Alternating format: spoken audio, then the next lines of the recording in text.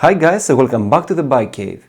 Today we're going to go through the full service process of a set of slave cylinders that the current 28 UCI World Champion sent me.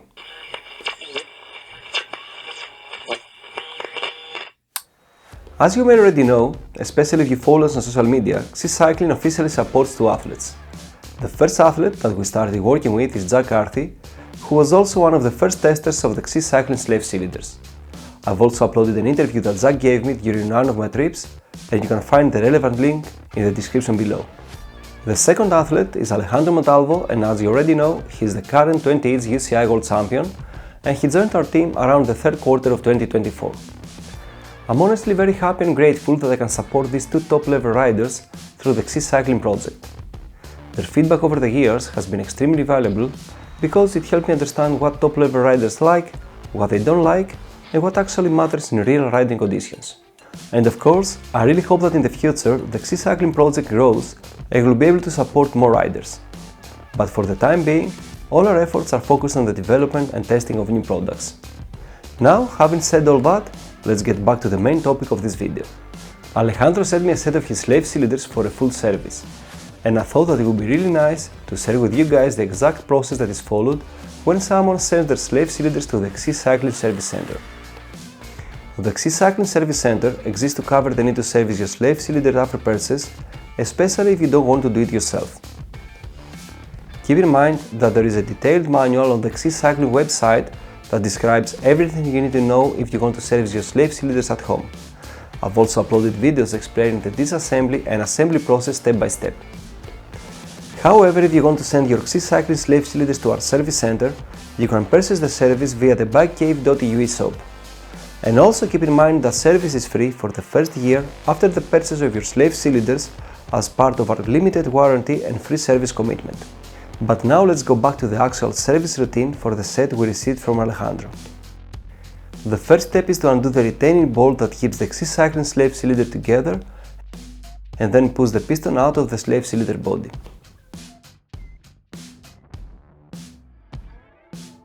This is usually easier if the slave cylinder is mounted on the bike, but it's not too hard to do it on the bench either. At that point, it's also a good idea to roughly clean the parts as you disassemble them, because it helps keep your workspace cleaner. Later on, we'll thoroughly clean and degrease everything, replace the seals, and assemble the slave cylinders back together so they feel like new again. And here's a close-up of the piston, and you can see the amount of dirt particles that have been trapped in the grease. These dirt particles affect the performance of your slave cylinders, and just imagine what happens inside any slave cylinder if it can't be properly serviced and you keep riding for months with contaminated internals. No wonder the performance starts to degrade over time. If your slave cylinders are not serviceable, I had uploaded a video in the past showing what you can do to service them as effectively as possible, so you can check that out as well. Next is time to thoroughly clean the slave cylinder bodies. And since the bodies are the most complex part of the assembly, this can be a tricky cleaning process. I use a combination of paper towels, cotton buds and brake cleaner to remove the old grease and all the dirt and grime. The goal is to make them clean like new. So, if you ever service your XC Cycling slave cylinders yourself, take your time here. The more thorough you are with cleaning the bodies, the better your brakes will feel afterwards. Next is time to take the pistons apart and clean them as thoroughly as possible. Keep in mind that to do that, you'll need a special piston plug tool, which you can find at the BikeCave.eu shop. You may notice a bit of rust inside the piston, and this is because these systems are often run with water and water-based fluids in trials. The only part inside the piston that is not rust-proof is a spring, which is made out of high-grade spring steel.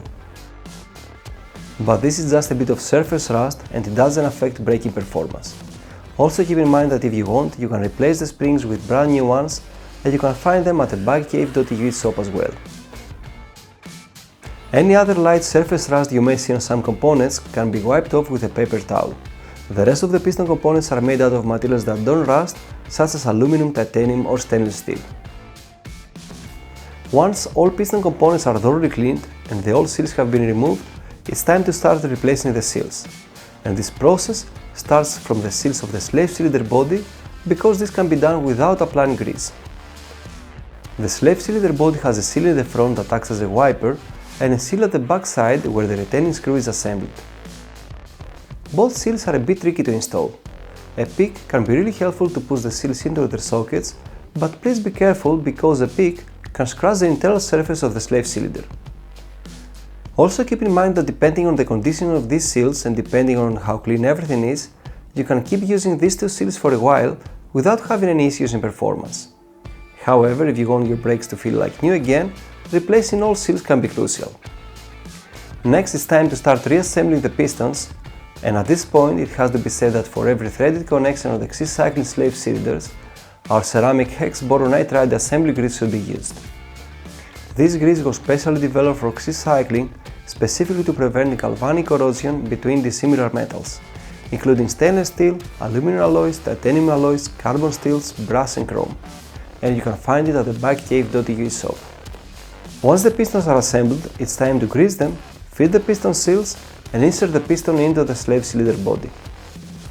Greasing the pistons and their seals is something you can do properly only on serviceable systems like the XC Cycling slave cylinders, and it's one of the reasons why the pistons slide so smoothly and give a quick braking response with a very smooth lever feel. To achieve that, we have developed another special grease, which is a mix of silicoleum grease and tungsten disulfide. This is, in my opinion, the best seals grease you can use for this application, and you can find it at the BikeCave.eu shop as well. This tungsten disulfide enhanced seals grease is applied on the slave cylinder body, the piston and the piston seals before inserting the piston inside the body. Once the piston is inside, a 2.5mm Allen key can be used to align it and push it completely into the body until it is flush with the front surface.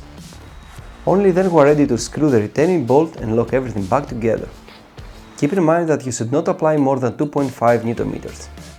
Over-tightening this M4 retaining bolt can potentially damage the bolt itself or even damage the slave cylinder body, and that could void any warranty you may be eligible for. Now that the slave cylinder is fully assembled again, it's time to clean any excess grease from the front wiper seal before we test it. The last part to be assembled is the bleed port. A new seal is installed and our ceramic assembly grease is applied to the threads. Note that the tightening torque of the bleed port should be at most 2.5 Nm, and if you do not have a torque wrench, you should just slightly tighten it after it contacts the slave cylinder body in order to apply a bit of preload and prevent it from getting loose when you ride.